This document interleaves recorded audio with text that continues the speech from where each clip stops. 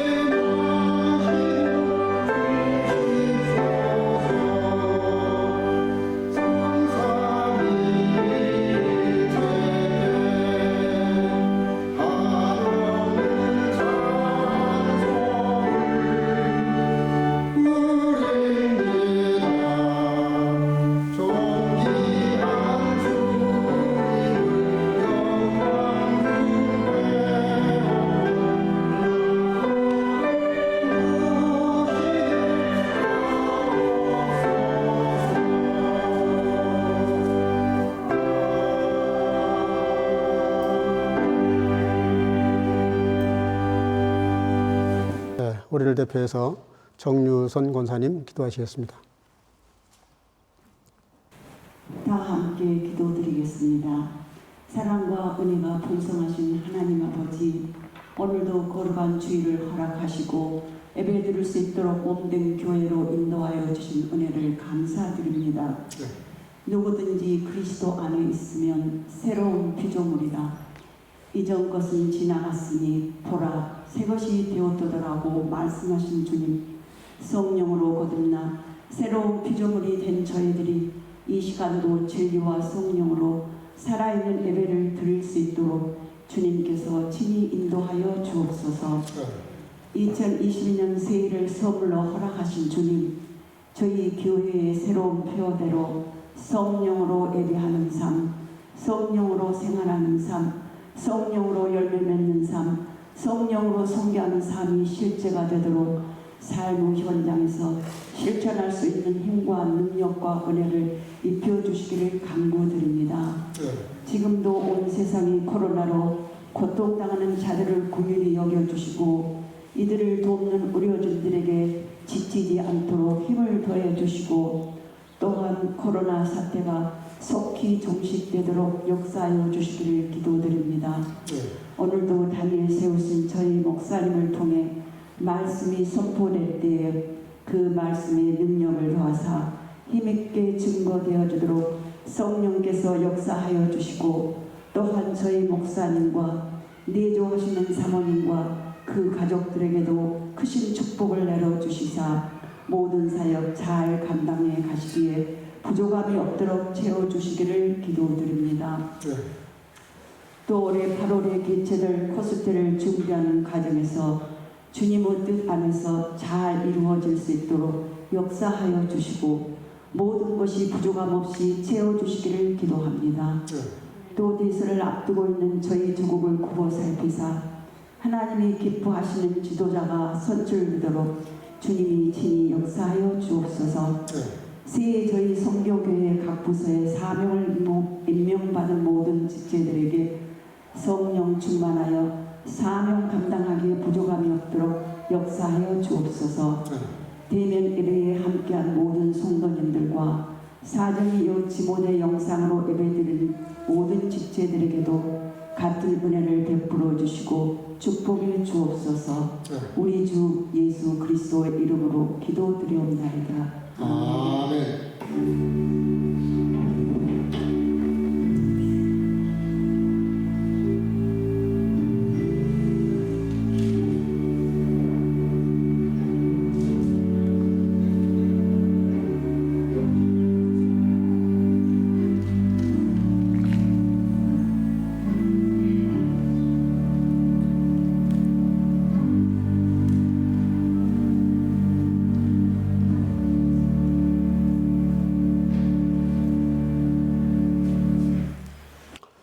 오늘 우리에게 주시는 하나님 말씀 갈라디아서 5장 22절 23절 그리고 요한복음 15장 9절에서 11절입니다. 오늘도 한 목소리로 같이 봉독하도록 하겠습니다. 다 같이 읽겠습니다.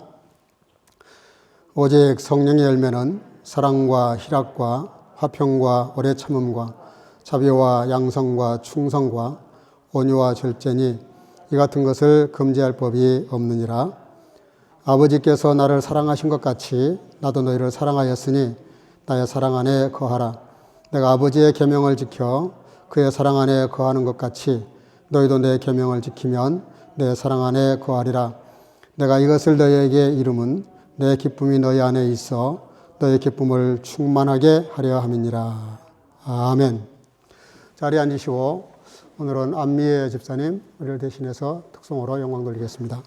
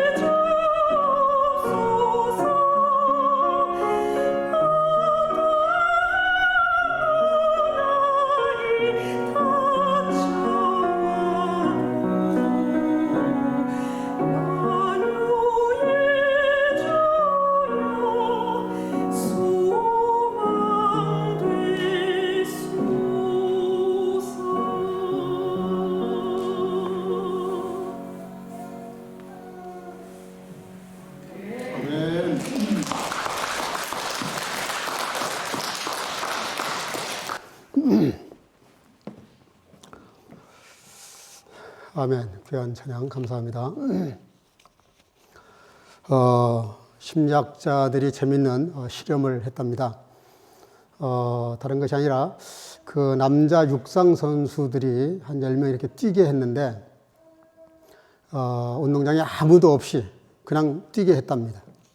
그리고 이제 기록을 체크한 다음에 이 관중석에 관중을 꽉 채우고 그리고 이제 또 뛰게 했어요. 그랬더니 관중이 없을 때보다 있을 때가 약 25% 정도 그 성적이 더 좋아졌답니다. 근데 이제 또 더 재미있는 실험을 했는데 그렇게 여자 관중만 또 꽉 채웠대요. 그리고 이제 남자 선수들을 뛰게 했는데 50%나 더 성적이 향상됐다고 하는, 제가 보기엔 좀 과장된 것 같은데 어쨌든 청중이 있는가 하고 없는가 하고 다른 그런 성적이 나오더라는 거예요. 그러니까 이제 이 내용을 가지고 우리가 이분들이 분석한 내용은 그겁니다. 자기로서의 이제 내 안에 자기로서 자기가 있고 이렇게 보여지는 내가 있다는 거죠. 우리가 이제 인생을 살면서 내 스스로 나를 이렇게 관리해 나가는 내가 있고, 그런가 하면 또 남들에게 보여지는 나를 의식하며 살아가는 내가 있다는 것을 이분들은 이제 이야기하고 싶었던 거예요. 근데 남들에게 이렇게 보여질 때 더 어떤 힘이 이렇게 발휘된다는 것을 알아낸 거죠. 뭐 괜찮은 성과인 것 같아요. 그건 맞는 것 같고요. 근데 실제로 그런 좋은 애가 있었는데, 오래전에 뮌헨 올림픽 때 실제 있었던 기록인데, 그때 그 미국에 처음 출전한 쇼터라고 하는 선수가 있었는데, 이번이 마라톤을 해가지고 1등을 했습니다. 무명 선수인데 갑자기 1등을 하니까 매스컴이 이렇게 그 포커스를 맞춰가지고 대대적으로 보도를 했어요. 근데 기자가 질문했습니다. 어떻게 1등 했냐? 1등한 비결이 도대체 뭐냐? 궁금하다. 그랬더니 그분이 그런 이야기를 했다 그래요.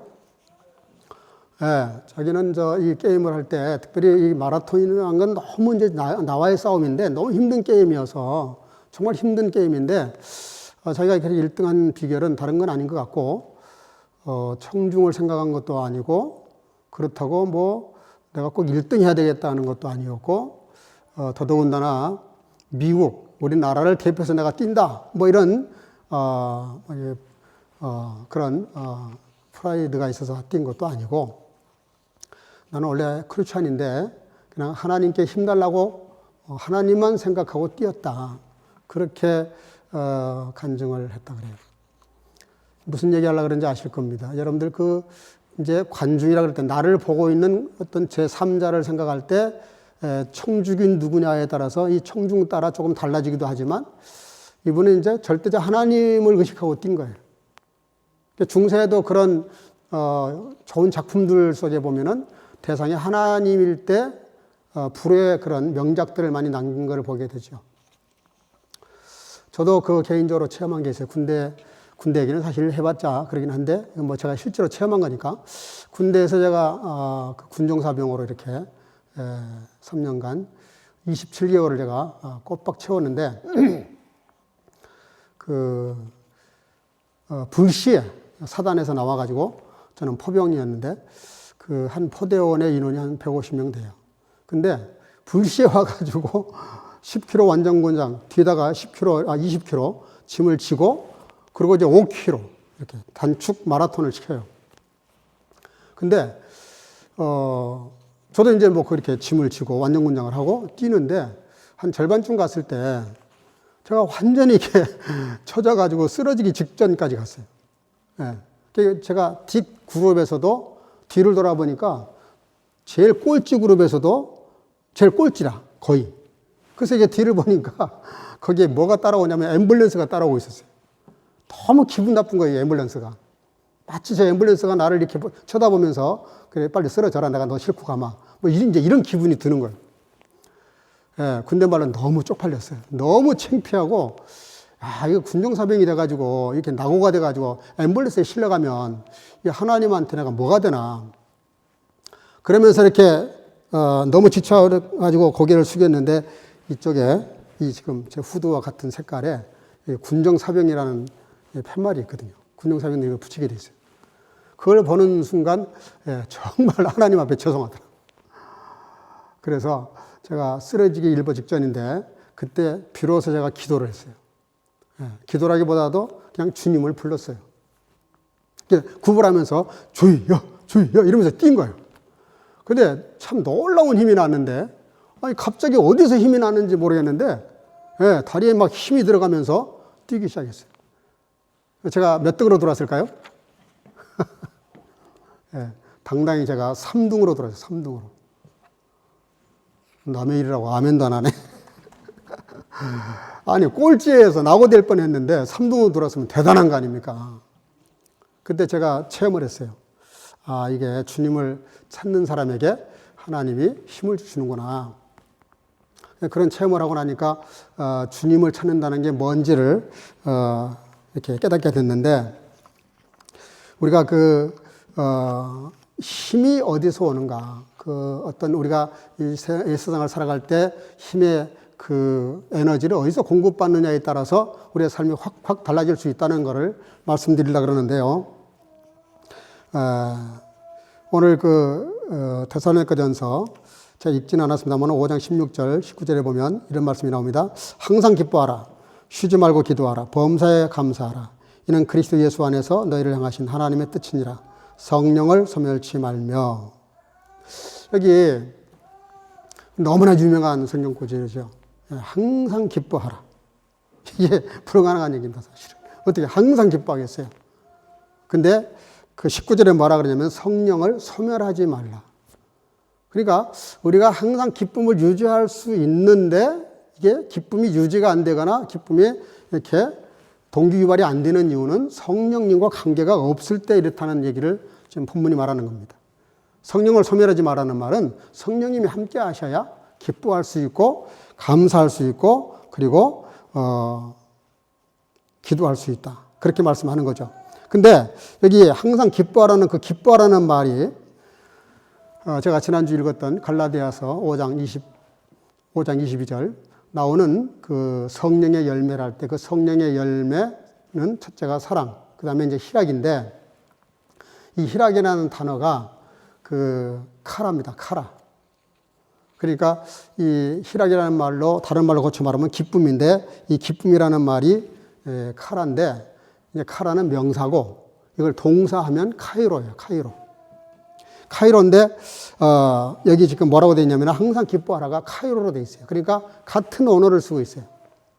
성령의 열매로서 사랑, 성령의 열매로서 희락인데 그 카라라고 말했는데 그 카라가 오늘 데살로니가전서 5장 16절에 나와 있는 이 말씀과 언어가 같은 뜻입니다. 그러니까 이런 희락을 기뻐하라는 거예요. 그래서 우리가 가만히 이렇게 보면 언제 감사가 나옵니까? 마음에 기쁨이 있을 때 감사가 나옵니다. 막 불만이 있고 괴롭고 고통스러운데 감사할 수가 없어요. 보통 마음에 기쁨이 있고 뭔가 기쁜 일이 생기면 그때 감사하죠. 그래서 감사는 외적 표현이라면 기쁨은 내적 표현이죠. 내적으로 기쁨이 있을 때 외적으로 감사가 나간다 이 말입니다. 토마스 아킨퍼스가 그 유명한 그리스도를 본받아라고 하는 그런 글을 썼는데 그 책에 이런 내용이 나옵니다. 당신이 남을 평화하게 하려면 먼저 당신 마음에 기쁨을 가지십시오.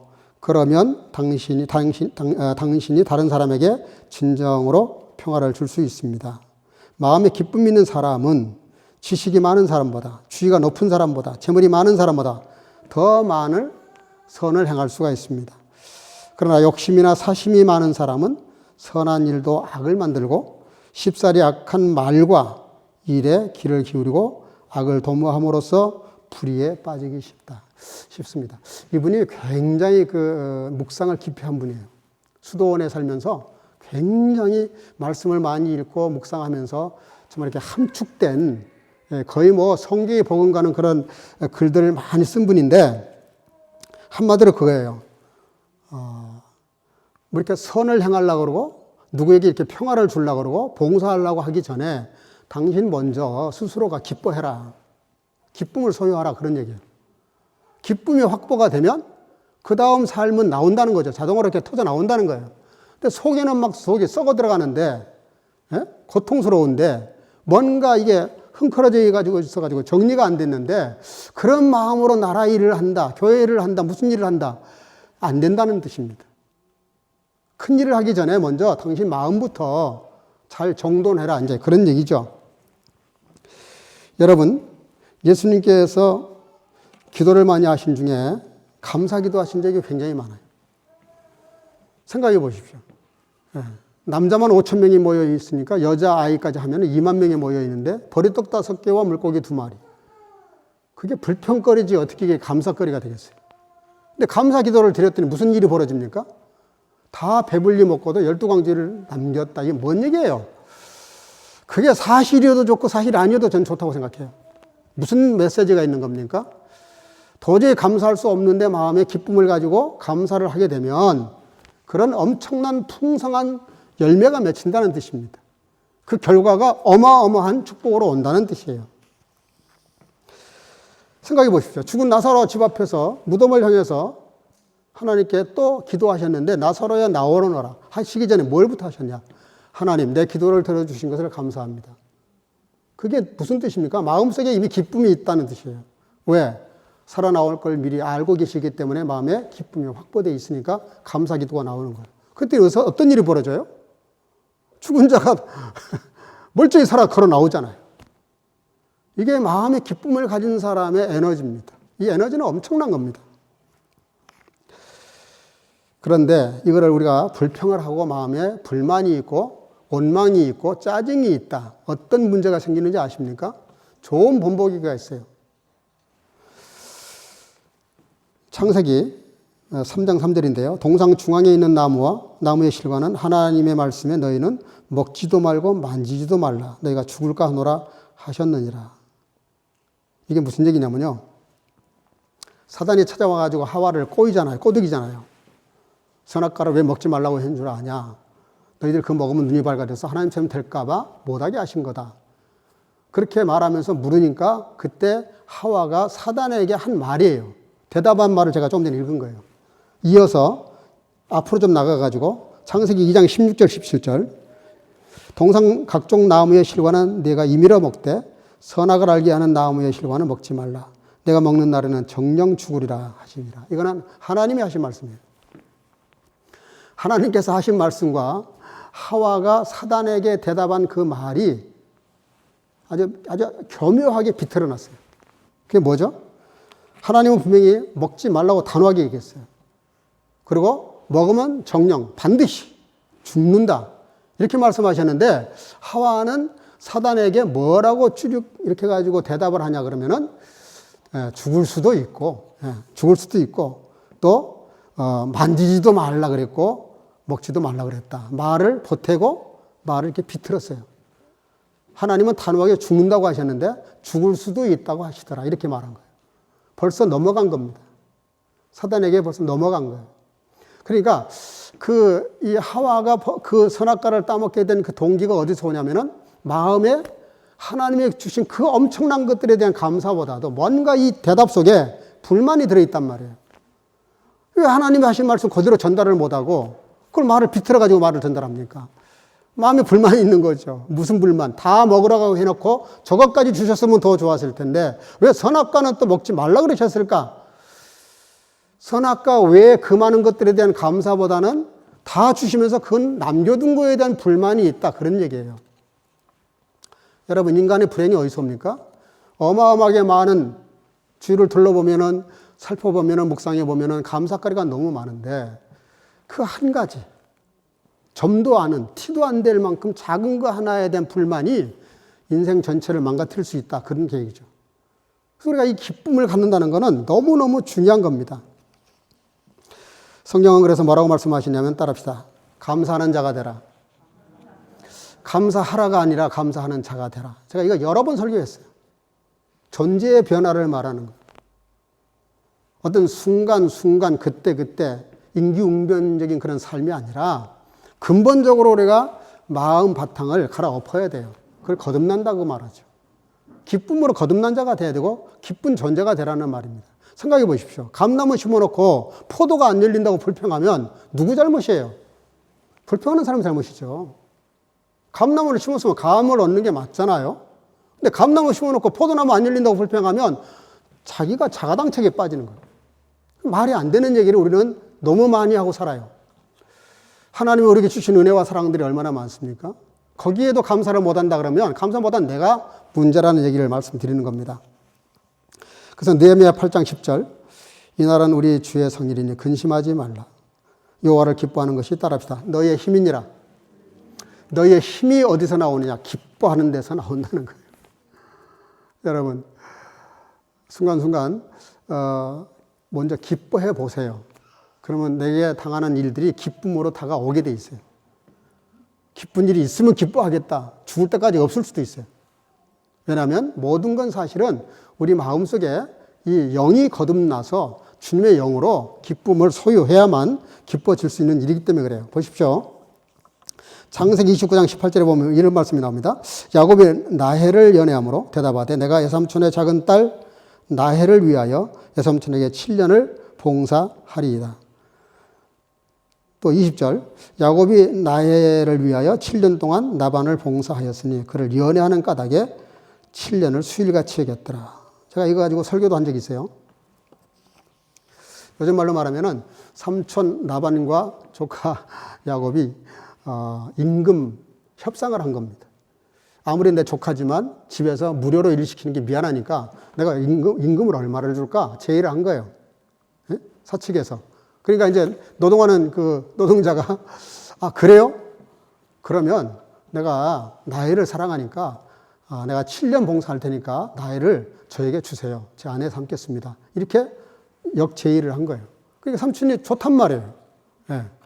그렇게 했는데 7년 돼가지고 정말 나이를 자기가 정말 사랑하는 여인과 결혼을 해서 이렇게 살 줄 알았는데 삼촌이 또 트릭을 써가지고 내 아를 먼저 주죠.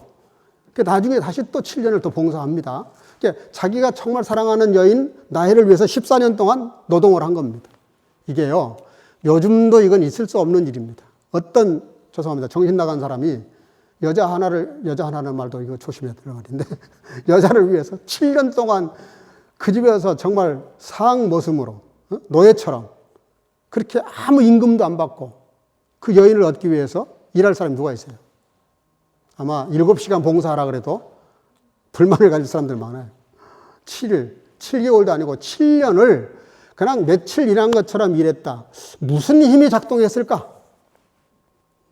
정말 야곱이 라헬에게 반한 거죠. 한눈에 그냥 뻑 반한 거예요. 너무너무 사랑한 거예요, 그 여인을.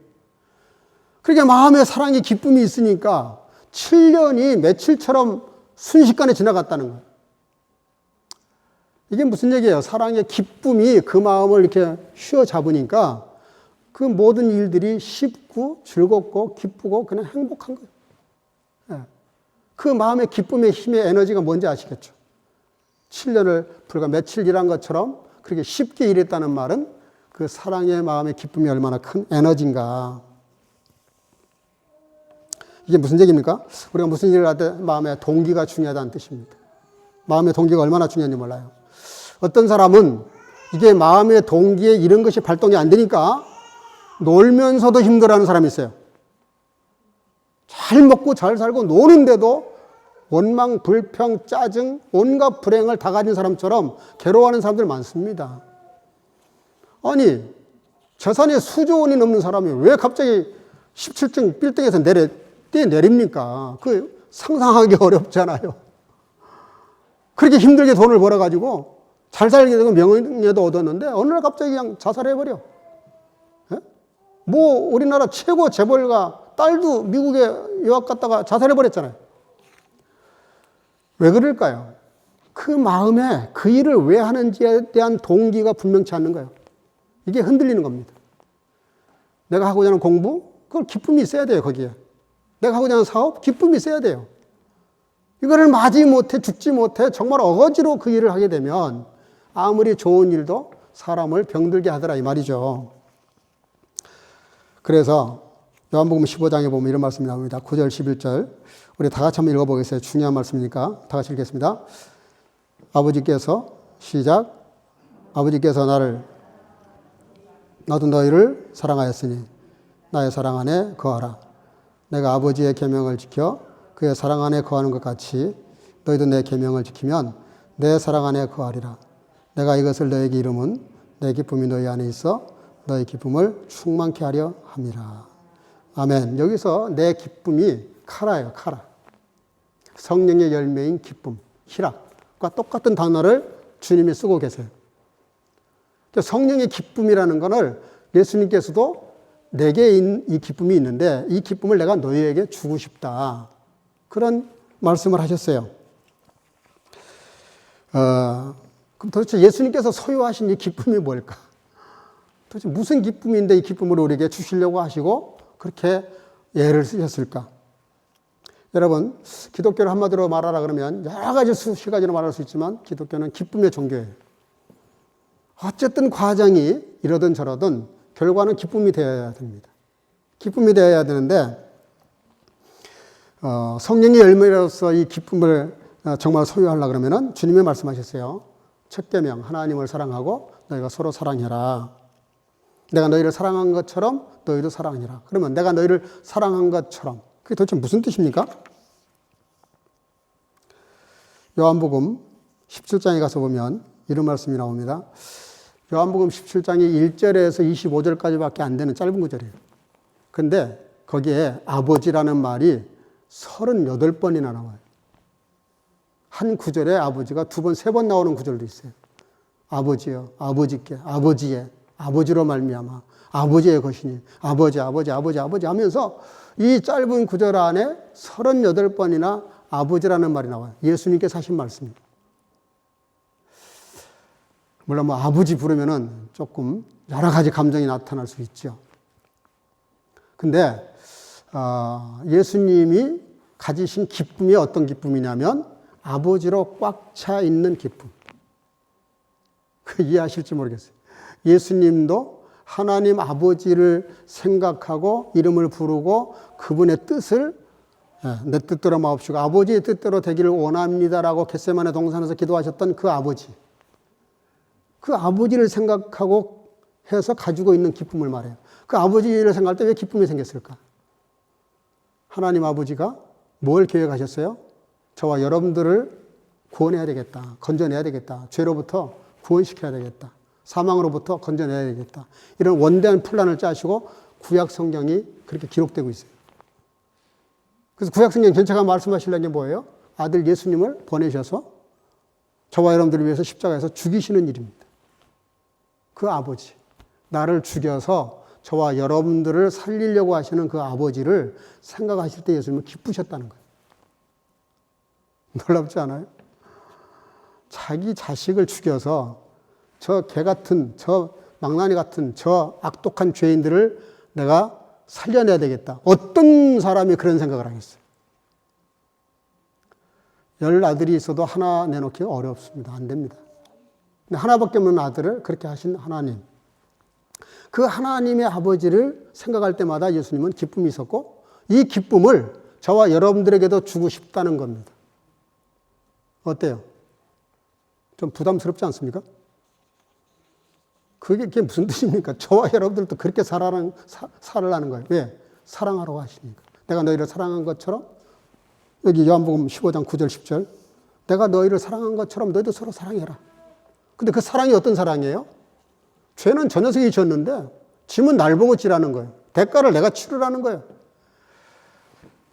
어림도 없죠. 굉장히 어렵습니다. 저는 사실 이 말씀을 이렇게 준비하면서 너무 부담됐어요. 이거는 정말 받아들이기 어려운 너무 힘든 이야기입니다. 아니, 누가 이렇게 잘못한 거를 아니면 누가 나한테 조금만 잘못해도 우리가 얼마나 기분 나빠요. 목사가 뭐 그렇게 의도하지 않았는데 설교 시간에 어떻게 잘못 나가가지고 그 사람한테 딱 게트로핀이 돼가지고 목사님 오늘 날 두고 이렇게 나를 까시네? 그런 거 가지고 시험 들어가지고 교회를 뜨는 사람들도 있어요. 그 말 한마디에. 그런데 아니 상대방이 잘못은 다 했는데 그 잘못 때문에 내가 대신 짐을 십자가를 져야 된다. 그건 인간 세계에 있을 수 없는 겁니다. 그래서 성령의 열매라는 거예요. 성령으로 내 마음을 감화감동시키지 않으면 불가능합니다. 에? 상대방이 나한테 잘못이 없어도 괜찮아요. 잘못 없는데 잘 안 해준 것도 섭섭해가지고 시험 들 때가 있는데 얼마나 우리가 정말 아무것도 아닌 거 가지고 시험 들어요. 근데 나를 죽이려고 덤비고 돌아다니면서 내 욕을 하고 다니고 이상한 소리나 하고 이런 사람들을 내가 만약에 사랑하려고 한다고 한번 가정을 해보세요. 마땅히 사랑할 사람도 우리 사랑 못 하잖아요, 사실은. 근데 도저히 사랑 좋아하시네. 지 왼수 같은 놈. 이런 마음이 생기는 사람을 사랑하라는 거잖아요. 여러분, 예수님께서 우리에게 주시고자 하는 그 기쁨이 무슨 기쁨이냐면, 그런데 그런 사람을 위해서 내가 십자가에서 기꺼이 죽을 수 있는 그 기쁨. 그게 뭔지 아시겠어요? 예, 정말 사랑을 깨달은 사람은, 억만분지 이르러도 깨달은 사람은 그 남을 위해서 희생할 때 얻어지는 기쁨이 뭔지를 알아요. 그 기쁨을 깨달은 사람이 좀 성숙한 성도죠. 성숙한 그리스도인이죠. 뭐 잘해주는 사람한테도 잘 못해주는데 나한테 맨날 잘못하는 사람을 어떻게 우리가 사랑하겠어요? 근데 주님은 저와 여러분들을 얼마나 많이 용납하십니까? 얼마나 많이 용서하십니까? 얼마나 많이 우리를 이해하시고 받아들이고 끝까지 사랑하십니까? 그 사랑을 좀 닮으라 이거예요. 그걸 함으로써 얻어지는 기쁨을 내가 너에게 주고 싶다. 주님은 그렇게 말씀하신 거예요. 깨달으시면 아멘. 깨달으시면 아멘. 예, 실천 다 못해도 이거 깨달아야 돼요. 주님이 주시고자 하는 기쁨은 그런 기쁨이에요. 뭐 누가 나한테 잘해주고 내가 복받고 뭐 만사형통해서 얻어지는 그런 기쁨이 아니라니까. 주님이 주시고자 하는 기쁨은 정말 차원 높은 기쁨이에요. 그러면서 마지막으로 마태복음 2장 10절 그들이 별을 보고 매우 기뻐하고 기뻐하더라. 크게 기뻐하고 기뻐하더라. 여기서 기뻐하고 기뻐하더라 이 말도 카라입니다. 카라. 동방박사들이 그 먼 길을 와가지고 예수님께 경배하면서 그 별, 예수님을 가리키는 그 별만 보고도 아직 예수님 못 만났어요. 예수님이 지금 저기 계신다는 그 시그널이죠. 사인을 그 별을 보는 순간 가장 크게 기뻐하고 기뻐하더라. 왜 이런 기쁨이 있었을까? 많은 이유가 있겠지만 그들은 일단 먼 길에서 왔어요. 먼 길에서. 수백 킬로, 수천 킬로 먼 곳에서 온 분들입니다. 그 예수님 한번 만나 뵙고 경배하려고. 우리 여기 저 하영자매들이 앉아있네. 매주 지금 코트부스에서 여기까지 오는 겁니다. 오는데 1시간 반. 저희 딸 희진이도 지금 4시간 타고 기차 타고 왔어요. 이렇게 먼 데서 오는 사람이 가지는 또 기쁨이 있어요. 옛날 아주 오래전에 한국에 갔던 우리 교회 다니다가 한국 들어갔던 학생 하나가 일주일 휴가 받았을 때 일주일 어디다 쓸까 그러다가 우리 선교교회 와서 예배 한번 드리고 싶다. 그래서 정말 예배 드리러 왔다 간 자매가 있어요. 나는 그 자매가 농담인 줄 알았어요. 그런 말 할 때. 근데 정말 그 얘기 하더라고요. 나 정말 우리 선교교회에서 예배 드렸던 게 너무너무 그리웠는데 이 휴가를 어디다 쓸까 그러다가 한국에서 비행기 타고 우리 교회 와서 예배 드리고 가면서 야 어쨌든 농담이라도 고맙다 그런 말 해줘서. 그때 농담 아닌데요 목사님. 진작에 얼굴 고쳐가지고 얘기를 하더라고요. 먼 데서 이렇게 거리를 따지지 않고 예배 드리러 오는 그 마음이 뭘까를 본인들만 알 수 있죠. 여러분, 이분들, 이 동방에서 온 박사들이 왜 그렇게 가장 크게 기뻐하고 기뻐했을까? 그들을 예물에서도 볼 수 있어요, 예물. 황금과 모략과 유황을 그렇게 정성스럽게 그걸 가져온 마음 속에서 그 예물도 중요하지만 예물에 들어있는 마음이 더 중요하잖아요. 그게 얼마나 주님을 사랑하면 그 먼 데서 와가지고 그렇게 예물을 드렸을까? 여러분이 예배 드리면서 드리는 그 예물도 마찬가지예요. 똑같은 마음으로 드리셔야 됩니다. 마지못해서 어거지로 이게 아니라 정말 이걸 드리는 게 너무 기쁘고 즐거워야 되는 거예요. 기쁨이 있어야 되는 거예요. 우리 학생들 중에서도 알바해가지고 그 고생해가지고 11조 하는 거 보면 정말 목사 가슴이 막 뜨거워져요. 정말 힘들거든요, 사실은. 지금 생활하기도 버거운데 11조 한다는 건 쉽지 않습니다. 기쁨으로 하는 거죠, 기쁨으로. 바울 사도가 필립보 교회를 향해서 이렇게 말합니다. 주 안에서 항상 기뻐하라. 내가 다시 말하노니 기뻐하라. 아버말스 자게이시 오이시. 아버말스 자게이시 프로이테 오이시. 여기서 말하는 기쁨도 카라입니다. 카이로 기뻐하라.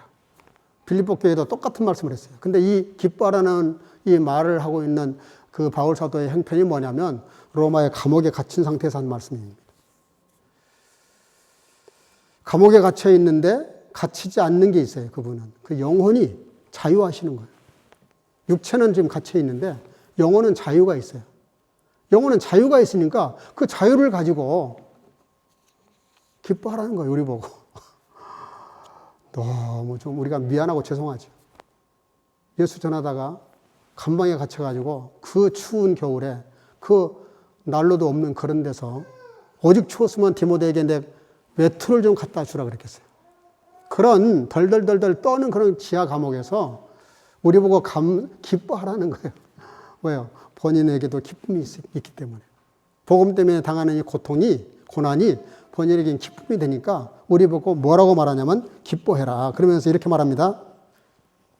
갈라디아서 2장 20절. 내가 그리스도와 함께 십자가에 못 박혔나니 그런 적 이전에 내가 산 것이 아니오 오직 내 안에 그리스도께서 사신 것이라.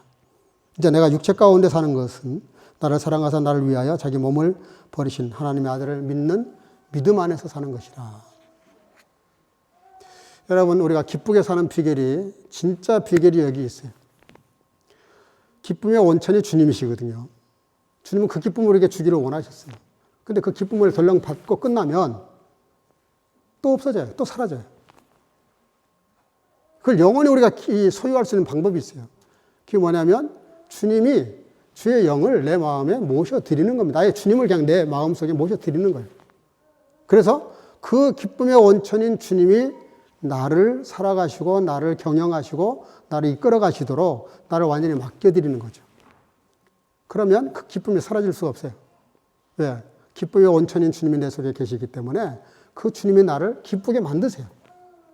그렇잖아요? 어떤 상황에서도 주님을 생각하면 감사가 나오거든요. 근데 어떤 상황에서도 주님 멀리하고 인간적인 생각을 가지는 순간 불만이 나와요. 하와처럼, 아담처럼. 그러나 어떤 상황에서도 주님이 내 속에 살아계셔서 역사하시면 그 주님이 나를 기쁘게 살아가도록 이끌어 가신단 말이에요. 결론입니다. 올 한 해 여러분들 기쁨의 원천 되신 주님을 마음속에 모셔드림으로 성령의 열매, 주님의 영, 그 영이 내 마음속을 주장하셔서 이 기쁨이 저와 여러분들을 살아가시도록 우리의 삶이 그렇게 이어갈 수 있도록 그래서 기쁨을 잃지 않고 이 정말 영적 에너지가 되는 어마어마한 폭발적인 에너지가 되는 그 에너지가 성령님과 그 성령님 중에서도 기뻐하게 하는 성령님. 그 성령님이 저와 여러분들의 한 해 삶을 이끌어 가실 수 있기를 주 이름으로 축복합니다. 기도하겠습니다. 사랑과 은혜가 충만하신 아버지 은혜 감사합니다. 오늘도 주 앞에 나와 예배하는 시간에 이렇게 성령의 열매로서의 희락, 기쁨, 이 카이로 이 기쁨을 우리 마음속에 늘 간직할 수 있기 위하여 주의 영이 늘 내 마음속에 계셔서 나를 살아가게 하시고 나를 경영하게 하시고 내 인생을 이끌어 가시도록 내어드림으로 그 주님으로 인해서 기쁜 삶을 살아감으로 그 기쁨이 우리 삶의 모든 삶에 영향력을 끼쳐서 능력 있는 삶을 살아가도록 축복해 주시기를 간절히 소원하옵고 예수님의 이름으로 기도하옵나이다. 아멘. 찬송가 427장을 부르겠습니다.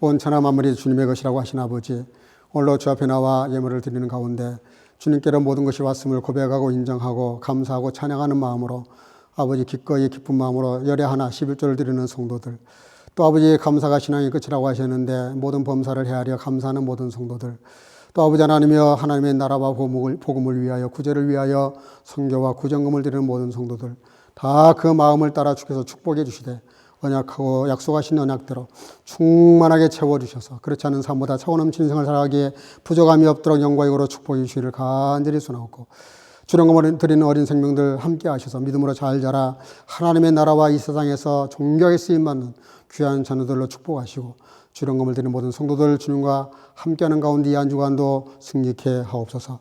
예수님 이름으로 축복하고 봉헌하며 기도하옵나이다. 아멘. 예, 몇 가지 안내 말씀을 좀 드리겠습니다.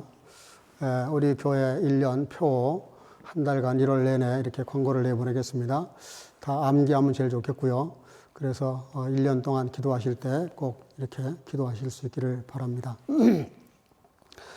아직도 신년 기도를 안 하신 분들이 몇 분 계신데 이달 말까지입니다. 꼭 그 기도문을 쓰시고 감사로 봉헌할 수 있기를 바랍니다. 이건 제 목양에 굉장히 중요한 사역입니다. 기도 사역이 가장 크기 때문에 여러분들 위해서 기도할 것이고, 또 여러분들도 그렇게 목회자와 더불어 함께 기도해 가면서 이 개마인대 공동체가 가지런히 같이 기도하면서 이루어져가는 그런 기도의 성취가 있기를 바라고요.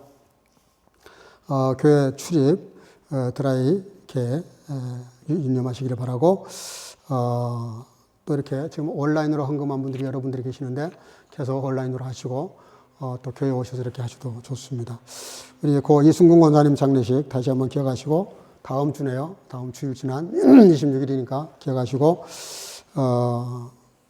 기억하시기를 바랍니다. 오늘 예배 마치고 잠깐 한 5분, 10분이면 되니까요. 저녁들은 바로 이쪽으로 좀 앉아주시기를 바랍니다. 저녁회를 잠시 할 일이 있습니다.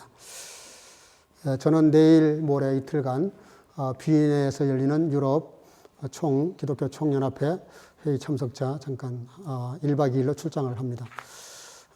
위해서 기도해 주시기를 바랍니다. 우리 옆 사람과 더불어 인사합시다. 성령의 열매인 기쁨으로 삽시다. 다시 한번 하겠습니다. 주 이름으로 사랑하고 축복합니다. 예.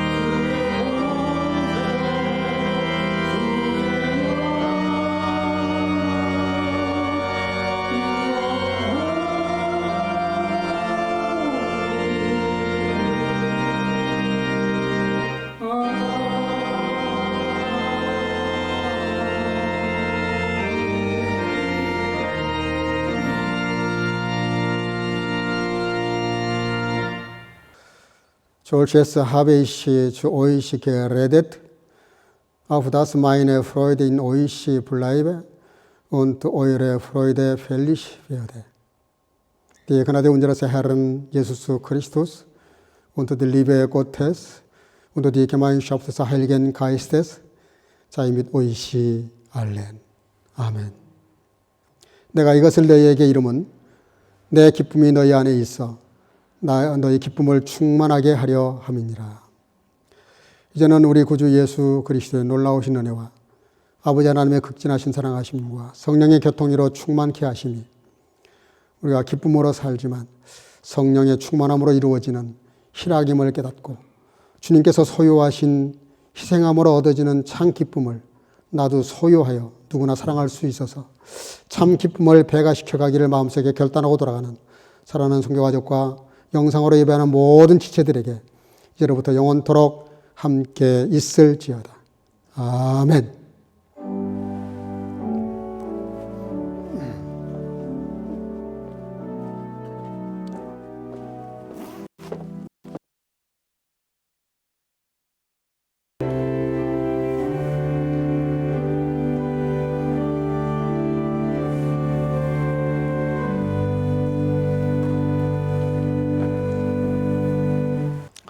잠깐 자리에 앉으시고요. 지난주에 우리 김문숙 선교사 제 집사람 생일이고 우리 프라우 헤트시가 맞나요? 나오지 못했습니다만은 생일을 축하하겠습니다. 잠깐 앞으로 좀 나올래요? 잠깐. 앞으로 좀 나오세요.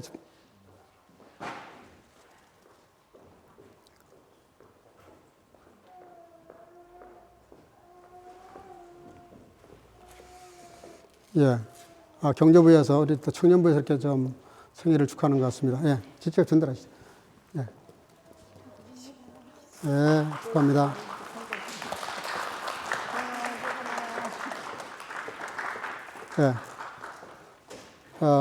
축하하겠습니다. 축하송.